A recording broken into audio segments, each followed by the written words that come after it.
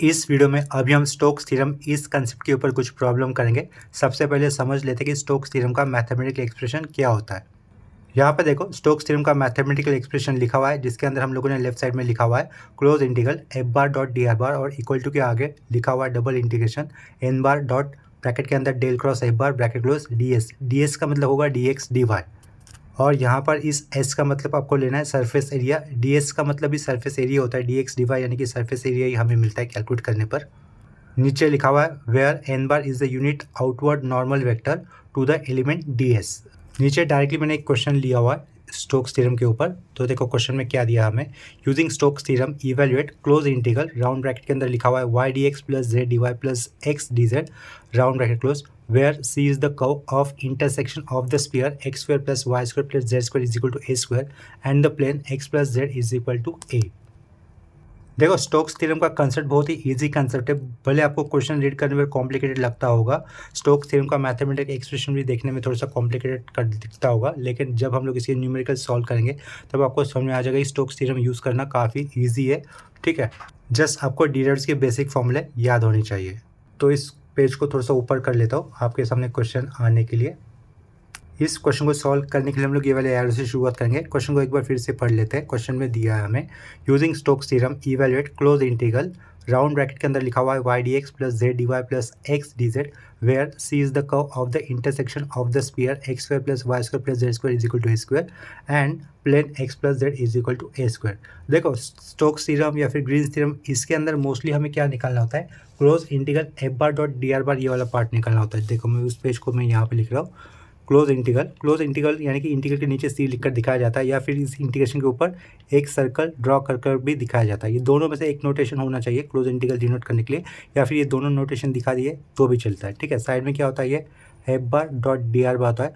Mostly हमें यही find out करना होता है in case of Stokes theorem और ग्रीन्स थ्योरम के अंदर भी। एफ बार का मतलब क्या होता है, हम लोग जानते हैं कि एफ बार इक्वल टू क्या लिख सकते हैं हम लोग, जिसे हम लोग एफ वन आई प्लस एफ टू जे और एफ थ्री के। ठीक है, आई जे के ये यूनिट वेक्टर होते हैं along x y z respectively, और position vector of any point in space is denoted by r bar. ठीक है, जिसे हम लोग कैसे लिखते हैं, x i plus y j plus z k, इस तरीके से लिखते हैं। अगर मैं इस आर बार का डिफ्रेंशिएट कर लूँगा तो मुझे नेक्स्ट स्टेप में क्या लिखना होगा, डी आर बार लिखना होगा। यहाँ पर मेरा क्या हो जाएगा, ये डी एक्स आई हो जाएगा, ये डी वाई आई हो जे हो जाएगा, प्लस ये क्या हो जाएगा, डी जेड के रहेगा। ठीक है, आर बार क्या लिखा था, x i plus y j plus z k लिखा था, उससे मैंने डिफ्रेंशिएट करने पर नीचे क्या लिखा है, d are bar d x i plus d y j plus d z k लिखा है।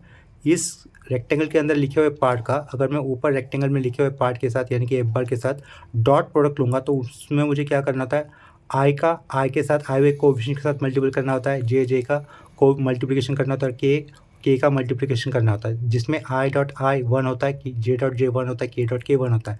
तो साइड में क्या आएगा, इनका डॉट प्रोडक्ट लेने पर यानी कि F bar dot D R बार का डॉट प्रोडक्ट होने पर हमें क्या मिलेगा, इस एफ वन के साइड में हमें क्या लिखना होगा, एफ वन के साइड में हमें डी एक्स लिखना होगा, प्लस एफ टू के साइड में हमें डी वाई लिखना होगा, और प्लस एफ थ्री के साइड में हमें डी जेड लिखना होगा। ठीक है, इतना समझ लो। मतलब F bar dot D R बार का मतलब क्या रहेगा, एफ वन के साइड में डी एक्स, एफ टू के साइड में डी वाई और एफ थ्री के साइड में डी जेड आएगा। तो अभी अपने इस क्वेश्चन के अंदर उन्होंने देखो D X D Y D Z दिया हुआ है, इसका मतलब डी एक्स के साइड में आया हुआ क्या, ये एफ वन है, डी वाई के साइड में आया हुआ एफ टू है और डी जेड के साइड में आया हुआ पार्ट क्या है, एफ थ्री है। ठीक है, तो देखो इस क्वेश्चन को आंसर करने के लिए हम लोग केवल एरो से शुरुआत करने वाले हैं। सिंस मैं यहाँ पर लिख लेता हूँ, सिंस इंटीग्रेशन क्लोज इंटीग्रल दिखा देता हूँ F bar dot D R bar. ठीक है, ये इक्वल टू कर देता हूँ, और ये वाला पार्ट क्या रहेगा, अपना क्वेश्चन का पार्ट रहेगा। स्टोक्स थ्योरम में मोस्टली यही पूछा जाता है। तो क्लोज इंटीग्रल लिखा, नीचे सी लिखा, क्लोज इंटीग्रल करते वक्त यहाँ पर सर्कल दिखाया तो भी चलता है, नहीं दिखाया तो भी चलता है, तो मैं यहाँ पे दिखा देता हूँ क्योंकि क्वेश्चन में दिया हुआ था। तो अगर यहाँ पे क्लोज इंटीग्रल किया तो ये इधर भी क्लोज इंटीग्रल में कर देता हूँ। ठीक है, उससे कोई फर्क नहीं पड़ता, नहीं भी करते थे तो भी चलता था। फंक्शन क्या दिया हुआ आपको, ब्रैकेट के अंदर लिख लेते हैं Y D x plus Z D Y. ठीक है, प्लस एक्स डी जेड दिया हुआ था, उसे राउंड ब्रैकेट क्लोज करके कर दिया। तो यहाँ से आपको एफ बार की वैल्यू डायरेक्टली मिल जाएगी। Here F bar equal to F bar क्या मिलेगा, डी एक्स के साइड में वाला एफ वन है यानी कि वो वाई आई रहेगा, प्लस डी वाई के साइड में जेड लिखा हुआ तो वो जेड जे हो जाएगा, प्लस डी जेड के साइड वाला एफ थ्री रहेगा, तो इधर क्या लिखेंगे एक्स और ये के लिख देंगे। ठीक है, तो यहाँ से एफ बार कैसे लिखा हम लोगों ने वो आपको समझ में आया होगा। एक्चुअली ये एरो देने के बाद हमें सबसे पहले स्टोक्स थ्योरम का मैथमेटिकल एक्सप्रेशन लिख लेना चाहिए था, कोई बात नहीं अभी लिख लेते हैं। ठीक है, एज यू नो, एज ओई नो, ये शुरुआत में आना चाहिए था एक्चुअली, लेकिन अभी मैं लिख रहा हूँ, उससे कोई फ़र्क नहीं पड़ेगा, लेकिन लिखने के पैटर्न में थोड़ा सा मतलब ऊपर नीचे हो गया ये। एज वी नो, क्या लिखा, by Stokes theorem, Stokes theorem, ठीक है। As we know by Stokes theorem, left side में क्या रहेगा, close integral F bar dot D R bar होगा, जिसे हमें फाइंड आउट करना होगा। ये डबल इंटीग्रेशन आएगा, यहाँ पर एस नहीं दिखाया तो भी चलेगा आपने, यहाँ पर एन बार लिखा जाता है, राउंड ब्रैकेट के अंदर डेल क्रॉस एफ बार लिखा जाता है, ठीक है, राउंड ब्रैकेट क्लोज, यहाँ पर डी एस लिखा जाता है। तो ये वाला पार्ट हो जाता है एज पर स्टोक थ्योरम, जिसमें हमें एफ बार पर्टिकुलर क्या होगा वो मिल चुका है ऑलरेडी। तो हमें आगे क्या करना होगा, del cross F bar find out करना होगा, ठीक है। तो हम लोग यहाँ पे लिखेंगे let find what, del cross F bar. Del cross F bar मतलब क्या होगा, ये कर्ल ऑफ एफ बार हमें फाइंड आउट करना होगा, ठीक है। जिसके लिए डेल क्रॉस एफ बार कैसे निकाला जाता है, देखो, सिंस लिखा, ये डेल क्रॉस एफ बार लिखा हमने। डेल क्रॉस एफ बार का फॉर्मूला क्या होता है, यहाँ पर डिटरमिनेंट का साइन देना होता है। फर्स्ट रो के अंदर हमें आई जे के लिखने होते हैं, ठीक है। सेकेंड रो में हमें do by dough x, do by dough Y और डो बाय डो जेड लिखना होता है। और थर्ड रो में हमें इधर F1 F2 और ये F3 लिखने होते हैं, ठीक है। तो यहाँ पर इक्वल टू दे दिया। फर्स्ट रो में फिर से आई जे कि हमें एज इट इज लिखना होगा।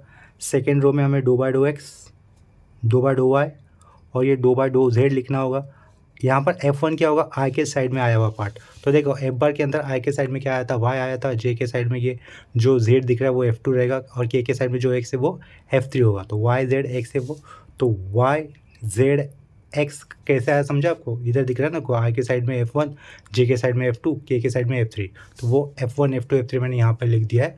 डिटरमिनेंट को थोड़ा सा एक्सटेंड कर देते हैं, ठीक है। सब कुछ ये डिटरमिनेंट के अंदर दिखना चाहिए। आगे जिस तरीके से नॉर्मली डिटरमिनेंट की वैल्यू निकाली जाती है उस तरीके से आपको इसको सिंप्लीफाई करना होगा। तो ये आई लिखेंगे, ओपनिंग स्क्वायर ब्रैकेट डाला, do by dough y of x हो जाएगा, मतलब do by dough y of x लिखा, राउंड ब्रैकेट के अंदर minus dough by do z of, ये जेड लिख लेते हैं, square bracket close, minus j आएगा, opening square bracket j, first row second column hide करो, डो बाय डो एक्स इस एक्स के साथ आएगा, डो बाय डो एक्स इस एक्स के साथ लिखा, फिर माइनस माइनस देकर आगे नीचे लिख लेता हूँ मैं, first row second column hide कर दिया। अब ये do by do Z Y के साथ, डो बाय डो जेड होगा वाई के साथ, राउंड ब्रैकेट क्लोज, आगे प्लस के लिखना है हमें, ओपनिंग स्क्वायर ब्रैकेट आएगा, ठीक है। First row third column hide, तो do by dough x, do by dough x किसके साथ आया, ये जेड के साथ आया, राउंड ब्रैकेट के अंदर लिखा minus dough by dough Y, किसके साथ लिखोगे, वाई के साथ, राउंड ब्रैकेट क्लोज, लास्ट में स्क्वायर ब्रैकेट क्लोज, ठीक है।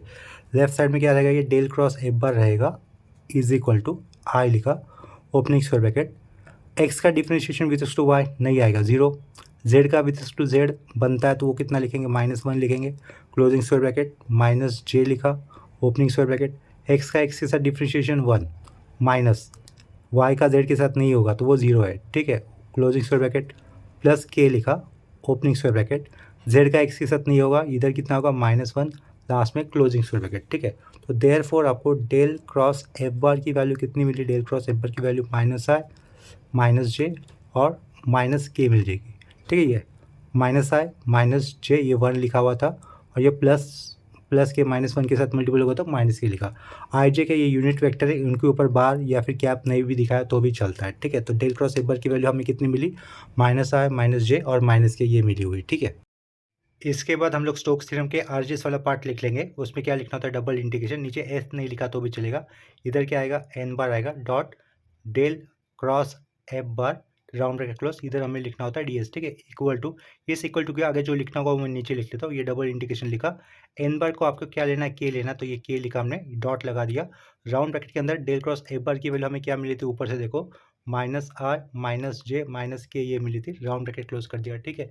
डी का मतलब क्या लेना है हमें, डी एक्स डी वाई, तो ये डी एक्स डी वाई लिखा, ठीक है, इक्वल टू के आगे ये वाला पार्ट लिखा हुआ, इक्वल टू पुट कर दिया, के इंटू माइनस के, ये यूनिट वेक्टर है जिनका मल्टीप्लिकेशन 1 हो जाएगा, के अगर आई के साथ मल्टीपल होता है तो 0, के अगर जे के साथ मल्टीपल होता है तभी भी 0, ठीक है। तो इधर से डबल इंटीग्रेशन लिखने के बाद आपको क्या मिलेगा, सिर्फ के इंटू माइनस के -1 बचेगा, ठीक है। तो -1 लिखा है यहाँ पर, डॉट आगे क्या रहेगा, ये डी एक्स रहेगा, उसके आगे क्या होगा, ये डी वाई होगा, ठीक है। यहाँ से हम लोग नेक्स्ट स्टेप में इस -1 को आगे ले सकते हैं, तो ये -1 को आगे लिखा, डबल इंटीग्रेशन, क्या बचेगा, ये डी एक्स डी वाई बचेगा, लेफ्ट साइड में क्या रहेगा, ये स्टोक्स थ्योरम का आरएचएस वाला पार्ट रहेगा, ठीक है। इसके नीचे आपको क्या मेंशन करना है, एट z इक्वल टू 0, ठीक है। ये most of the time z equal to 0 ही कंसिडर करना होगा आपको स्टोक्स थ्योरम के अंदर भी, क्योंकि ग्रीन्स थ्योरम के अंदर भी हम लोग z इक्वल टू 0 ही कंसिडर किया करते थे मोस्ट ऑफ द केसेस में। यहाँ पर भी z इक्वल टू 0 ही कंसिडर किया जाएगा। तो हमने यहाँ पर क्या मेंशन किया, z इक्वल टू 0 ऐसा लिखा हुआ है। तो स्फीयर का इक्वेशन क्या हो जाएगा, उस सर्कल का इक्वेशन बन जाएगा X square plus Y square equal to क्या रहेगा आपका, ये ए स्क्वायर बन जाएगा। ठीक है, ये आगे क्या किया मैंने, देयरफॉर लिखा हुआ है। देयरफॉर पेज को थोड़ा सा ऊपर कर लेता हूँ।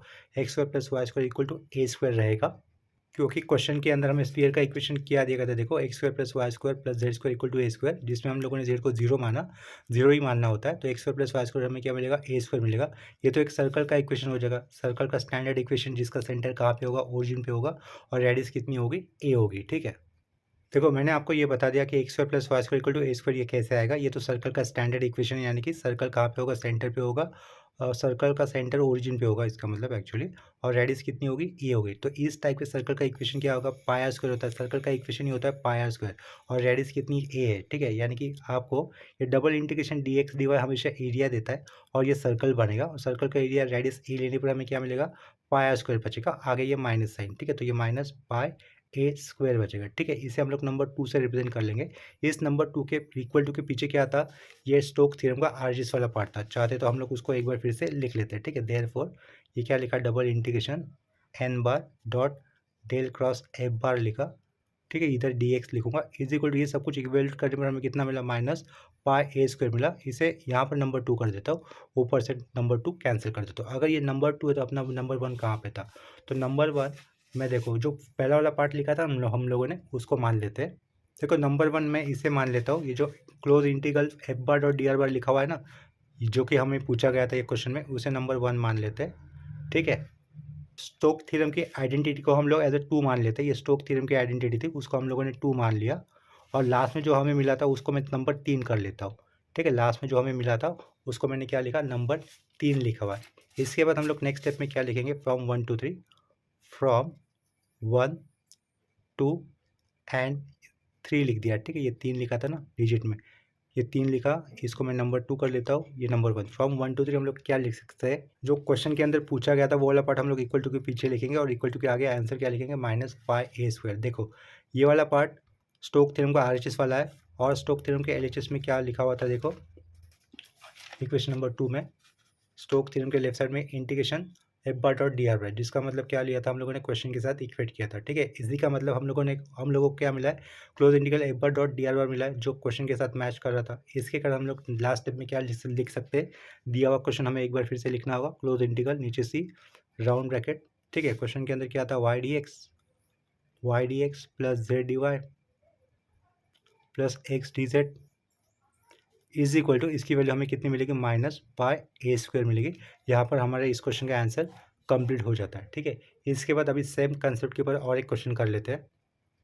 अभी हमें क्वेश्चन में दिया है using Stokes theorem to evaluate close integral F bar dot D R bar, ये हमें इवेल्युएट करना होगा, where F bar is given like this, x minus Y minus z i plus दूसरे राउंड ब्रैकेट के अंदर है Y minus Z minus x j plus आगे round bracket के अंदर लिखा हुआ है z minus x minus y k over the paraboloid x square plus Y square is equal to 4 minus Z comma Z greater than equal to 0। ठीक है, तो इस क्वेश्चन को सॉल्व करने के लिए हम लोग ये वाले एरो से शुरुआत करेंगे। सबसे पहले हमें क्या करना होगा, स्टोक थ्योरम का मैथमेटिकल एक्सप्रेशन लिख देना होगा। ठीक है, तो यहाँ पर देखो as you know by Stokes theorem, ये सेंटेंस लिखने के बाद हम लोग स्टोक थ्योरम का मैथमेटिकल एक्सप्रेशन लिख देंगे, जिसमें लेफ्ट साइड वाला पार्ट क्या रहेगा, close integral F bar dot D R bar ये होगा, इक्वल टू के आगे हमें डबल इंटीग्रेशन देना होगा, नीचे एस लिखा नहीं लिखा तो भी चलेगा, इधर आपको लिखना होगा एन बार डॉट ब्रैकेट के अंदर आपको लिखना होगा del cross F bar bracket close, उसके आगे आप लोग लिखोगे डी एस। ठीक है, इसे आप लोग नंबर 1 मान लोगे। इसके बाद नेक्स्ट स्टेप में हमें क्या करना है, integration F bar dot D R bar की वैल्यू हमें निकालनी होगी, where F bar is given like this. ठीक है, ये दिया हुआ है आपको, एक बार मैं को रीड नहीं कर रहा हूँ उसको वापस, आपके सामने दिख रहा है एक बार। इस एक बार से हम लोग क्या कर लेंगे, उसका कर्ल फाइंड आउट कर लेंगे, यानी कि डेल क्रॉस हमें एक बार निकाल लेना होगा। ठीक है, तो नेक्स्ट स्टेप में हम लोग लिख लेते हैं लेट फाइंड लिखा डेल क्रॉस एक बार, ये हमें अलग से सेपरेटली फाइंड आउट करना होगा। देन इसे हम लोग स्टोक थ्योरम के राइट साइड वाले पार्ट में रख देंगे, तो हमें ये close integral F bar dot D R bar की वैल्यू मिल जाएगी। तो डेल क्रॉस एफ बार के लिए देखो कैलकुलेशन करने के लिए क्या करना होता है, डेल क्रॉस एफ बार हमने लेफ्ट साइड में लिखा इक्वल टू, उसके आगे हमें एक डिटर्मिनेंट का सिंबल रखना होगा। ठीक है, डिटर्मिनेंट जैसा एक सिंबल के लिए एक वर्टिकल लाइन ड्रॉ कर दी। फर्स्ट रो में हमें लिखना होगा आई जे के लास्ट में वर्टिकल बार क्लोज करना होगा, ठीक है। मिडिल वाले रो में यानी कि सेकेंड वाले रो में हमें लिखना होगा do by dough x, do by dough Y, और इधर आएगा do by do Z. F bar के जो F1 F2 F3 वाले पार्ट होते हैं वो हमें थर्ड रो में लिखने होंगे, F1 F2 F3, ठीक है। तो F1 देखो क्या लिखा होता, x minus Y minus Z, तो आई के साथ आया हुआ F1 होता है x minus Y minus Z small writing में लिखा। उसके बाद जे के साइड में आया हुआ F2 रहेगा y minus Z minus x दिख रहा है वो आपको, y minus Z minus x लिखा है यहाँ पर मैंने, ठीक है। और k के साथ आया हुआ F3 होता है, तो k के बाजू में देखो z minus x minus Y, तो ये z minus x minus Y लिखा। आगे जिस तरीके से नॉर्मली डिटरमिनेंट की वैल्यू निकाली जाती है उसके आगे उसके जैसा हमें आगे सिंप्लीफिकेशन करना होगा। आई लिखा, आई ये फर्स्ट कॉलम और फर्स्ट रो के अंदर था तो उसे हाइड करोगे। डो बाय डो वाई इस फंक्शन के साथ लेना है आपको, ठीक है। तो इधर क्या लिखेंगे, डो बाय डो वाई लिखेंगे। साइड में राउंड ब्रैकेट के अंदर हमें लिखना होगा ये z minus x minus Y round bracket close, उसके बाद माइनस ये आएगा do by do Z, do by do Z के साथ हमें ये वाला टर्म लिखना होगा y minus Z minus X round bracket close square bracket close, ठीक है। अभी माइनस जे लिखोगे, माइनस जे स्क्वायर ब्रैकेट, ठीक है। जे वाला टर्म देखो, जे वाला term first row second column में तो उसे हाइड करना है, डो बाय डो एक्स इसके साथ लेना है हमें, ठीक है। तो ये डो बाय डो एक्स लिखा, साइड में ब्रैकेट में हमें लिखना होगा z minus x minus Y round bracket close minus j लिख, ये जे नहीं आएगा, ये आएगा डो बाय डो जेड, तो ये डो बाय डो जेड आएगा नीचे, ठीक है। डो बाय डो जेड के साथ ये वाला फंक्शन राउंड ब्रैकेट के अंदर क्या लिखोगे, X minus Y minus Z लिखोगे क्लोजिंग स्क्वायर ब्रैकेट, उसके आगे हमें लिखना होगा अभी प्लस के उसके बाद ब्रैकेट के वाला term first row third column में तो उसे हाइड करोगे। डो बाय डो एक्स के साथ ये वाला फंक्शन आएगा, ठीक है। तो डो बाय डो एक्स के साथ फंक्शन कौन सा आएगा, डो बाय डो एक्स के साथ ये फंक्शन आएगा। तो डो बाय डो एक्स लिखा हुआ था, ब्रैकेट के अंदर क्या लिखोगे, Y minus Z minus X, तो इधर क्या लिखना है, Y minus Z minus X लिखना है राउंड ब्रैकेट क्लोज, उसके बाद साइन आएगा माइनस, माइनस के बाद डो बाय डो वाई लिखना होगा, उसके साथ ये फंक्शन आएगा, ठीक है। तो ये डो बाय डो वाई लिखा, राउंड ब्रैकेट डाला, ये function x minus Y minus Z, X minus Y minus Z round bracket ये कंप्लीट, और लास्ट का ये स्क्वायर ब्रैकेट कंप्लीट, ठीक है। अभी इसको सिंप्लीफाई करेंगे, इस इक्वल टू के पीछे डेल क्रॉस एफ बार था, इतना याद रखना, डेल क्रॉस एफ बार था वो लिखा है एज इट इज, आई लिखा शुरुआत का ओपनिंग स्क्वायर ब्रैकेट। अंदर वाले पार्ट का हमें किसके साथ पार्शियल डिफरेंशिएट करना है, सिर्फ y के साथ, यानी कि x और z कांस्टेंट, तो उनका डेरिवेटिव नहीं आएगा, इधर क्या आएगा सिर्फ -1, ठीक है। आगे z के साथ अगर करेंगे तो ये क्या होगा, माइनस जेड होगा, ठीक है। माइनस जेड दिख रहा है तो माइनस जेड का -1 और ये माइनस माइनस प्लस, तो इधर क्या बन जाएगा, वो +1 बन जाएगा, ठीक है। माइनस जे सेंटर वाला ये माइनस जे, इस ब्रैकेट का partially differentiation with respect to X के साथ, तो -1 बचेगा तो -1 लिख देंगे। आगे ये माइनस साइन दिख रहा है आपको, अंदर वाले का z के साथ तो -1, ये -1 ये 1, माइनस साइन तो +1 बन रहा है, लास्ट में क्लोजिंग स्क्वायर ब्रैकेट कर दिया। इसके आगे हमें प्लस साइन देना है, प्लस लिख कर ये k लिखा, x के साथ डिफ्रेंशिएशन करने पर ये -1 हो जाएगा, और ये y के साथ डिफ्रेंशिएशन करने पर कितना होगा, -1, तो फाइनल कितना होगा, +1, लास्ट में ये क्लोजिंग स्क्वायर ब्रैकेट, ठीक है। तो यहाँ पर हमें डेल क्रॉस एफ बार ये सब कुछ कैसे मिल रहा है, डेल क्रॉस एफ बार की वैल्यू क्या हो जा रही है, 0 बार हो जा रही है, आई जे के होने के कारण 0 के ऊपर हमने बार लिखा हुआ है, ठीक है।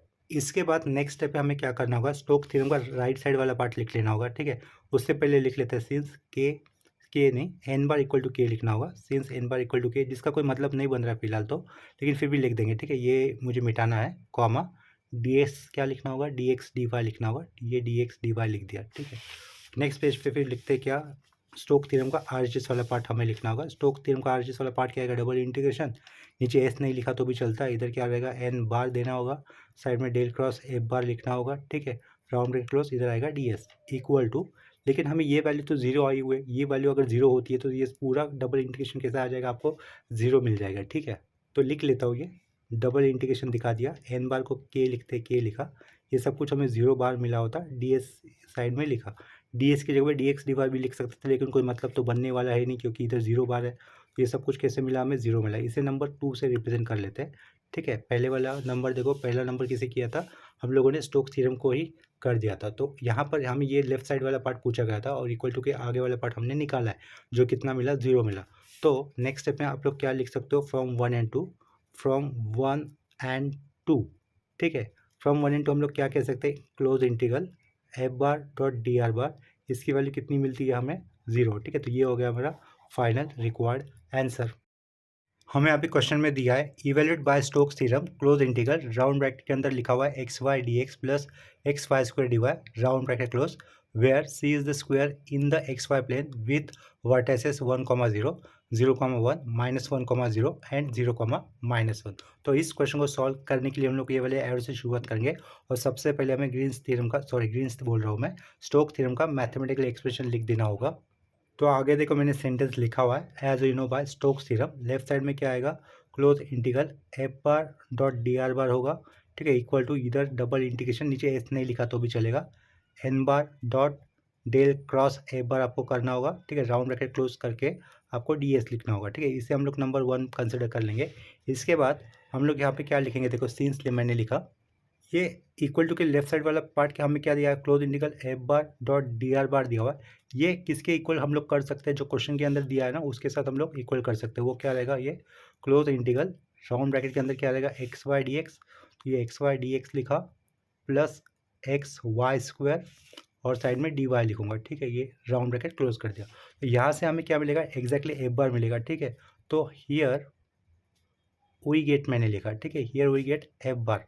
एफ बार हमें क्या मिलेगा वो हमें लिखना होगा, डी एक्स के साइड में क्या रहेगा, ये एक्स वाई एफ वन रहेगा, तो ये एफ वन आई लिखा, प्लस डी वाई के साइड में ये एफ टू होता है तो वो एक्स वाई स्क्वायर, इसके साइड में हम लोग जे लिखेंगे, ठीक है। ये एफ बार हमें मिल चुका है यहाँ से।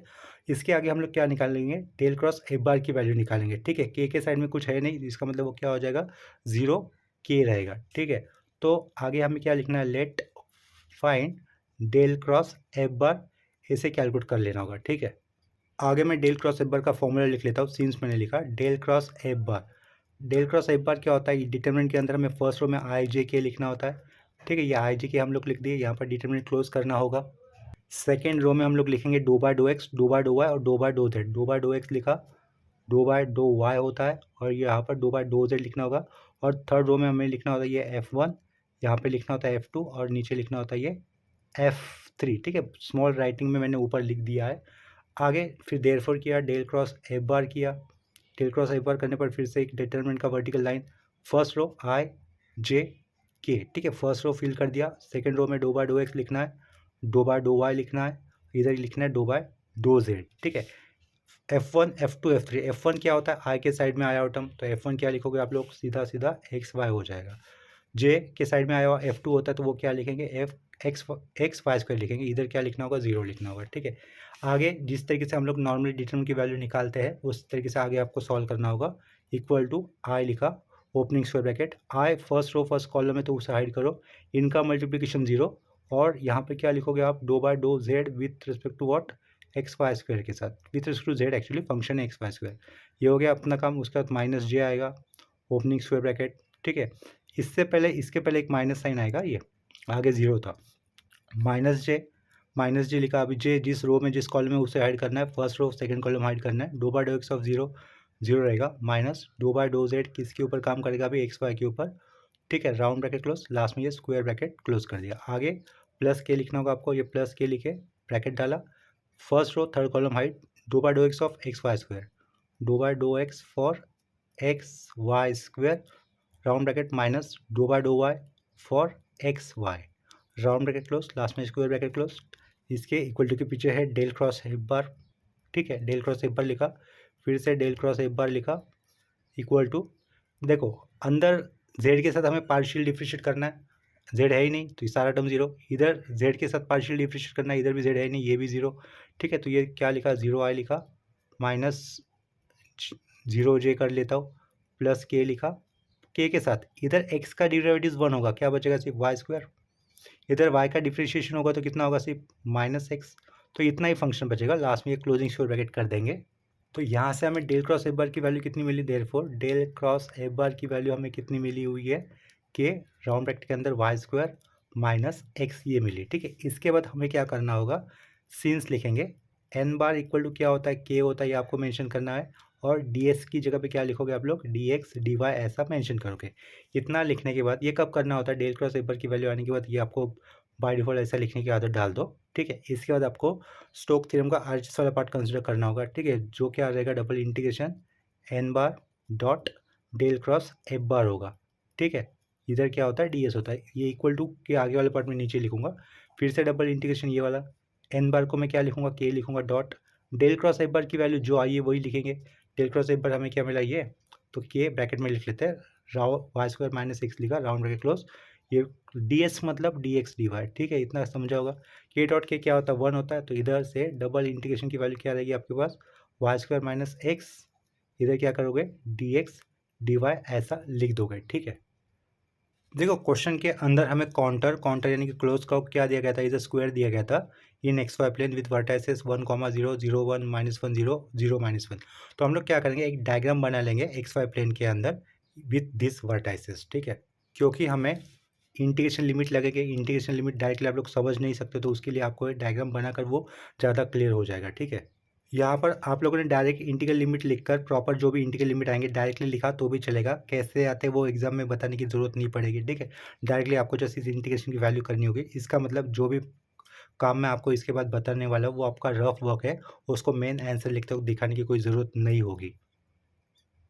तो वो मैं दूसरे पेज पे दिखा रहा हूँ आपको। यहाँ पर सपोज मैंने देखो एक्स एक्सिस निकाल दिया, ये वाई एक्सिस निकाल दिया, यहाँ से 1 यूनिट इधर मार्क किया, पीछे -1 यूनिट मार्क किया, नीचे 1 यूनिट मार्क किया, ऊपर ये 1 यूनिट मार्क किया, ठीक है। तो अपने पास स्क्वायर के वर्टिसेस क्या दिए थे हमें, 1,0 यानी कि एक्स का कोऑर्डिनेट 1 है, वाई का 0, तो वो पॉइंट इधर आएगा 1,0, ठीक है। ये सर्कल किया हुआ पॉइंट 1,0 हो गया, 0,1 एक्स का 0 वाई का 1, तो वो पॉइंट इधर होगा, 0,1 वाला पॉइंट इधर होगा। उसके बाद -1 0 एक्स का -1 एक्स का -1 वाई का 0, ये पॉइंट हो गया 0 -1 0 -1 पॉइंट नीचे आएगा, ये 0 -1, तो ये 4 वर्टिसेस इस तरीके से हो गए। तो अगर इनको ड्रॉ करेंगे तो हमें वो स्क्वायर भी मिलेगा, ठीक है, ये स्क्वायर मिलेगा। स्क्वायर की साइड कितनी होगी हम लोग डायरेक्टली निकाल सकते हैं, डिस्टेंस फॉर्मूला यूज़ करके हम लोग स्क्वायर की साइड निकाल सकते हैं, ठीक है। तो देखो लेकिन आपको इसको डबल इंटीग्रेशन से कैसे करना है वो याद रखना है। ये वाला आप लोग क्या करोगे, फर्स्ट क्वाड्रेंट के अंदर का एरिया कंसीडर करो, जो कि मैं शेडेड कर रहा हूँ ना, फर्स्ट क्वाड्रेंट के अंदर एरिया जो भी आएगा वो शेडेड किया होगा, उसी को अगर मैं 4 से मल्टीपल कर दूंगा तो मुझे ये complete square area of square मिल जाएगा। तो हम लोग इधर क्या करेंगे, ये 4 क्यों लिखा समझा आपको, क्योंकि हम लोग इस डबल इंटीग्रेशन पे सिर्फ फर्स्ट क्वाड्रेंट का एरिया कंसीडर करेंगे, और उसको अगर हम लोग 4 से मल्टीपल कर देंगे तो ये कंप्लीट एरिया ऑफ स्क्वायर हो जाएगा, तो इसके कारण मैंने आगे 4 से मल्टीपल कर दिया, ठीक है। तो हमें यहाँ पर लिमिट लिखने हैं, देखो फर्स्ट क्वाड्रेंट के अंदर एक्स की लिमिट का कैसे मिलेंगे, एक्स का लिमिट कितना हो रहा है, मैक्स टू मैक्स 1, ठीक है। और यहाँ से स्टार्ट होगा ना ओरिजिन से, तो एक्स का लिमिट कहाँ से कैसे स्टार्ट होगा, 0 से लेकर 1 स्टार्ट होगा, कैसे क्या कहा मैंने, ये ओरिजिन से स्टार्ट हो रहा है, एक्स का लिमिट ऐसा 1 तक कहाँ से जाएगा, इधर से ही जाएगा ना, 0 के आगे, 0 के आगे जो कि 1 तक जा रहा है, 1 के आगे जा नहीं रहा है एक्स, इसका मतलब एक्स की लिमिट कितने रहेंगे, 0 से लेकर 1 रहेंगे, ठीक है। तो एक्स की लिमिट अंदर डी एक्स लिखा है ना मैंने, तो अंदर डी एक्स लिखा मतलब अंदर वाले इंटीग्रेशन में मुझे एक्स की लिमिट लिखने होंगे, जो कितने होंगे 0 से लेकर 1 हो गए फर्स्ट क्वाड्रेंट के अंदर, इधर ओरिजिन है, ओरिजिन से लेकर यहाँ तक जाना है, 1 के आगे एक्स है ही नहीं राइट साइड में, तो ठीक है। तो एक्स की लिमिट अंदर डी एक्स लिखने के कारण अंदर वाले इंटीग्रेशन पे हम लोगों ने एक्स की लिमिट लिखी है 0 से लेकर 1, ठीक है। अभी आपको क्या करना होगा, ये 0,1 और ये 1,0 से पास होने वाले लाइन का इक्वेशन निकालना है, ठीक है। अगर देखो आपके पास एक पॉइंट होता है x1, y1 और दूसरा पॉइंट होता है x2, y2, तो इन दो पॉइंट से पास होने वाले लाइन का इक्वेशन कैसे निकाला जाता है वो फॉर्मूले में आपको बता देता हूँ। y minus y one equal to y2 minus y one upon x2 minus x1 bracket में x माइनस x1, ठीक है। तो इस फॉर्मूले से आप लोग किसी भी लाइन का इक्वेशन निकाल सकते हो, ऐसी लाइन जो इन गिवन 2 पॉइंट से पास होती हो, ठीक है। तो आप लोग क्या करोगे, x1 y1 इसे मानो और इसे मानो x2 y2, क्या कहा, x1 y1 हम लोग किसे मानेंगे, x1 y1 हम लोग मानते हैं 1,0 को, और x2 y2 हम लोग मानते हैं 0,1 को। तो इन दो पॉइंट से पास होने वाली लाइन का इक्वेशन हम लोग निकाल लेंगे, ठीक है, बाय यूजिंग दिस फॉर्मूला। तो इधर y लिखा जाता है, y माइनस वाई वन करना होता है, y1 कितना लिया है 0 equal to y2 minus y one upon x2 minus x1, y2 ये लिखा, 1 माइनस क्या करूँगा मैं, 1 माइनस 0 करूँगा, और नीचे क्या करूँगा x2 माइनस x1, यानी कि क्या करना होगा मुझे 0 माइनस 1 करना होगा, 0 माइनस 1 किया, ब्रैकेट में x माइनस x1 करना है, x1 कितना था 1 था, ठीक है। तो ये होगा मेरा इक्वेशन। तो y इक्वल टू हमें क्या मिलेगा, 1 अपॉन माइनस 1 माइनस, ठीक है, तो ये माइनस अंदर जाता है तो प्लस एक्स को माइनस एक्स कर देगा और इस -1 का +1 कर देगा, ठीक है। इसे ही हम लोग कैसे लिख सकते हैं, y equal to 1 minus x, एक लाइन का इक्वेशन मिल गया हमें, ठीक है। तो फर्स्ट क्वाड्रेंट के अंदर ये जो इंक्लाइन लाइन दिख रही है उसका इक्वेशन हमें क्या मिला, y is equal to 1 minus x मिला हुआ है, कैसे निकाला वो मैंने अभी आपको बता दिया, ठीक है। देखो फिर से बता देता हूँ, x1 y1 हम लोग मान लेते हैं 1,0, x2 y2 मान लेते हैं 0,1 जो कि ऊपर दिख रहा है। अगर अपने पास point x1 y1 x2 y2 होते तो उनसे पास होने वाले स्ट्रेट लाइन का इक्वेशन इस तरीके से निकाला जाता है। तो y माइनस y1 कितना लिया था हमने, 0 लिया था, equal to y2 minus y1 upon x2 minus x1, y2 1 था, एक y1 0 था, y2 minus y1 1 minus 0 upon x2 minus x1, x2 0 था, x1 1 था, तो 0 माइनस 1 ब्रैकेट में x माइनस x1, तो वो x1 की वैल्यू 1 थी। ठीक है, तो ये किया हुआ समझा होगा। 1 अपॉन माइनस 1 माइनस साइन होता है, माइनस साइन अंदर मल्टीपल होने पर प्लस एक्स को किया माइनस एक्स, माइनस 1 को किया प्लस 1। तो इसी को हमने फिर से उल्टा देकर लिखा है। ये जो इक्वेशन मिला है किसका इक्वेशन है, ये इस लाइन का इक्वेशन है। ठीक है, जो लाइन कहाँ से स्टार्ट होगी, 0 से स्टार्ट होगी। तो इधर डी वाई लिखा तो यहाँ पर क्या होगा, वाई का लिमिट होगा, लेकिन अगर इक्वेशन अवेलेबल है तो वो हमें इन टर्म्स ऑफ एक्स लिखना होगा। ठीक है, तो वाई हमें मिला इन टर्म्स ऑफ एक्स, क्या इक्वेशन क्या मिला है, वो 1 माइनस एक्स रहेगा यहाँ पर। अभी इसके आगे हमें इस डबल इंटीग्रेशन को सॉल्व करना होगा, लेकिन सबसे पहले अंदर वाला इंटीग्रेशन परफॉर्म करना होता है। लेकिन डबल इंटीग्रेशन के केस में अगर किसी इंटीग्रेशन की लिमिट में एक्स वाले वेरिएबल है या फिर एक्स के टर्म्स है तो पहले उसे सॉल्व करना होगा, कांस्टेंट वाले बाद में करने होते हैं। तो ये 4, तो ये अंदर वाला इंटीग्रेशन में बाहर ले रहा हूँ और बाहर वाला इंटीग्रेशन में अंदर ले रहा हूँ। ठीक है, रीज़न मैंने बता दिया, पहले वेरिएबल वाले इंटीग्रेशन करने होते हैं, यानी कि जिसके लिमिट में एक्स या फिर वाई इस तरीके से वेरिएबल हो गए, पहले उस इंटीग्रेशन करना होता है। अंदर क्या रहेगा, वाई स्क्वायर माइनस एक्स रहेगा। ये डी एक्स डी वाई का भी ऑर्डर चेंज करना होगा, डी वाई अंदर लिया, डी एक्स बाहर ले लिया। तो अंदर वाला इंटीग्रेशन परफॉर्म करना है, यहाँ पे डी वाई दिख रहा है, तो अंदर वाला इंटीग्रेशन पहले हमें वाई के रिस्पेक्ट में सॉल्व करना होगा। ये 4 लिखा शुरुआत में, ये 0 से लेकर 1 लिखा, इंटीग्रेशन होगा विद रिस्पेक्ट टू वाई के साथ। तो ये वाई स्क्वायर का इंटीग्रेशन क्या लिखेंगे हम लोग, वाई क्यूब अपॉन 3 लिखेंगे, माइनस साइन आएगा, x is the constant side में, 1 का इंटीग्रेशन कितना, y, closing square bracket, lower limit 0, upper limit कितना, 1 माइनस एक्स, साइड में क्या होगा, डी एक्स होगा। ठीक है, इक्वल टू ये 4 एज इट इज़, इंटीग्रेशन 0 से लेकर 1, ओपनिंग स्क्वायर ब्रैकेट, वाई की जगह पे क्या आएगा, ये 1 माइनस एक्स आएगा, 1 माइनस एक्स का क्यूब कर दिया, अपॉन में 3 कर दिया, माइनस वाई की जगह पे क्या आएगा, 1 माइनस एक्स, तो ये साइड का एक्स, वाई की जगह पे आया हुआ ये 1 माइनस एक्स, वाई की जगह पे 0 लेने पर कोई मतलब है नहीं, लास्ट में क्या होगा, ये फिर से डी एक्स लिखना होगा। इसके बाद नेक्स्ट स्टेप में क्या करेंगे, ये इक्वल टू का 4 एज इट इज़, इंटीग्रेशन 0 से लेकर 1 ये as it is, opening square bracket, 1 minus x का होल क्यूब अपॉन 3, ये भी एज इट इज़ लिखा, माइनस एक्स को अंदर मल्टीपल कर लेते तो ये minus x plus x square बन जाएगा, स्क्वायर ब्रैकेट क्लोज, लास्ट में क्या होगा, डी एक्स। लास्ट स्टेप में जो भी लिखा हमने उसका इंटीग्रेशन कर देंगे। अभी ये 4 इंटीग्रेशन हो रहा था, ओपनिंग स्क्वायर ब्रैकेट, अपॉन का 3 कांस्टेंट है तो 1 अपॉन 3 साइड में लिखा, 1 माइनस एक्स का इंटीग्रेशन हो रहा था, पावर में 4 होगा, नीचे भी 4 होगा, और ये जो ब्रैकेट के अंदर लिखा हुआ है उसका फिर से डिफरेंशिएट करना होगा, 1 का 0, माइनस एक्स का डिराइव कितना होगा, -1। ये जो भी लिखा है ना हम लोगों ने अंडरलाइन लिखा हुआ, वो 1 minus x to the power 3 का इंटीग्रेशन लिखा हुआ है। ठीक है, उसके बाद ये माइनस एक्स का इंटीग्रेशन कितना होगा, x square upon 2, plus x cube का इंटीग्रेशन कितना होगा, एक्स स्क्वायर का इंटीग्रेशन होगा x cube upon 3, closing square bracket, lower limit 0, upper limit 1। ठीक है, यहाँ पर स्क्वायर ब्रैकेट के अंदर लिखे हुए फंक्शन का इंटीग्रेशन कर दिया हम लोगों ने, लोअर लिमिट 0 लिखा, अपर लिमिट 1 लिखा। इसके बाद एक्स की जगह पे हमें क्या लेके आना है, अपर लिमिट का वैल्यू 1 लेके आना होगा, तो ये 4 लिखा, ओपनिंग स्क्वायर ब्रैकेट, ये -1 अपॉन कितना हो जाएगा, 12 हो जाएगा, 4 3 12, साइड का -1, तो ये माइनस साइन ऊपर लिखा है, -1 अपॉन 12। एक्स की जगह पे क्या रखेंगे हम लोग, अपर लिमिट का वैल्यू 1 रखेंगे, तो 1 माइनस 1 0, 0 टू द पावर 4 0। ठीक है, तो इसके साइड में क्या आएगा, ये 0 ही आएगा, -1 अपॉन 2 प्लस 1 अपॉन 3, ये हो गया सब कुछ अपर लिमिट का वैल्यू। उसके बाद माइनस के बाद आएगा ब्रैकेट, अभी एक्स की जगह पे रखेंगे 0, तो एक्स की जगह पे 0 रखने पर ये 1 माइनस 0, 1 टू द पावर 4 1, और ये -1 अपॉन 12 रहेगा। ठीक है, राउंड ब्रैकेट क्लोज, क्योंकि इधर एक्स का मतलब 0 रखने पर कोई मतलब नहीं है, इधर भी एक्स की जगह पे 0 रखने पर कोई मतलब नहीं है। ठीक है, लास्ट में ये क्लोजिंग स्क्वायर ब्रैकेट कर दिया, तो आगे ये 4 लिखा हम लोगों ने, स्क्वायर ब्रैकेट डाला, ये -1/2 प्लस 1 अपॉन 3, ये प्लस 1 अपॉन 12 रहेगा। ठीक है, लास्ट में क्लोजिंग स्क्वायर ब्रैकेट। तो फाइनली इसका आंसर निकाल लेते हैं, देखते हैं इसका आंसर कितना आएगा।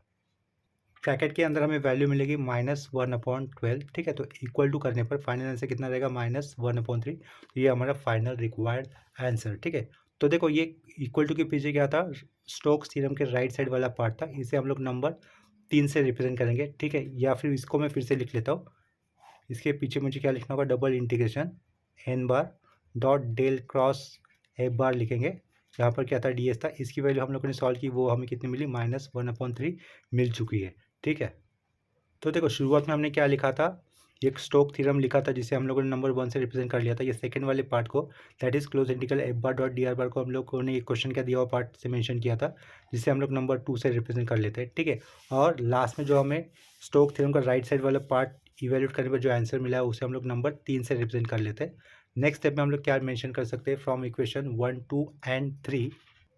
नेक्स्ट स्टेप में हम लोग लिखेंगे फ्रॉम इक्वेशन 1, 2 एंड 3, ठीक है। देखो लेफ्ट साइड में क्या था, स्टोक थ्योरम का लेफ्ट साइड वाला part integration close integral F bar dot D R बार था, जो कि क्वेश्चन के साथ मैच कर रहा था, ठीक है। तो क्वेश्चन के साथ मैच कर रहा था तो क्वेश्चन वाले पार्ट लिख लेंगे हम लोग, जो क्या होगा देखो, close integral x Y D x plus x Y square D y, ये हमें लिखना होगा, ठीक है। Close integral x Y D x plus x Y square D y, ये लिखना होगा लेफ्ट साइड में फ्रॉम 1 to 3 करने पर, जिसे हम लोगों ने close integral F bar dot D R bar माना था। Close integral x Y D x plus x Y square D y is equal to right side में स्टोक थ्योरम का जो भी पार्ट इवेल्यूट करने पर हमें आंसर आया था वो लिख देना है, दैट इज -1/3, ठीक है। तो ये हमारा फाइनल रिक्वायर्ड आंसर। तो अभी के लिए इस प्रॉब्लम के साथ ये लेक्चर हम लोग यहीं पे स्टॉप कर देते हैं। लेक्चर एंड करने से पहले आप सभी स्टूडेंट्स से कहना चाहूँगा कि अगर अब तक आप लोगों ने चैनल को सब्सक्राइब नहीं किया तो चैनल को सब्सक्राइब कर लेना, ताकि आपको आने वाले न्यू अपडेटेड वीडियोज़ के नोटिफिकेशन मिलते रहेंगे। अगर आपको इस टॉपिक के नोट्स चाहिए होंगे तो आप लोग मुझे मैसेज कर सकते हो। मैसेज करने के लिए आपको मेरा कॉन्टैक्ट नंबर या फिर व्हाट्सएप नंबर इस वीडियो के डिस्क्रिप्शन बॉक्स में मिल जाएगा। तो अभी के लिए रुकते हैं यहीं पर, मिलते हैं नेक्स्ट लेक्चर में, तब तक के लिए बाय एंड टेक केयर।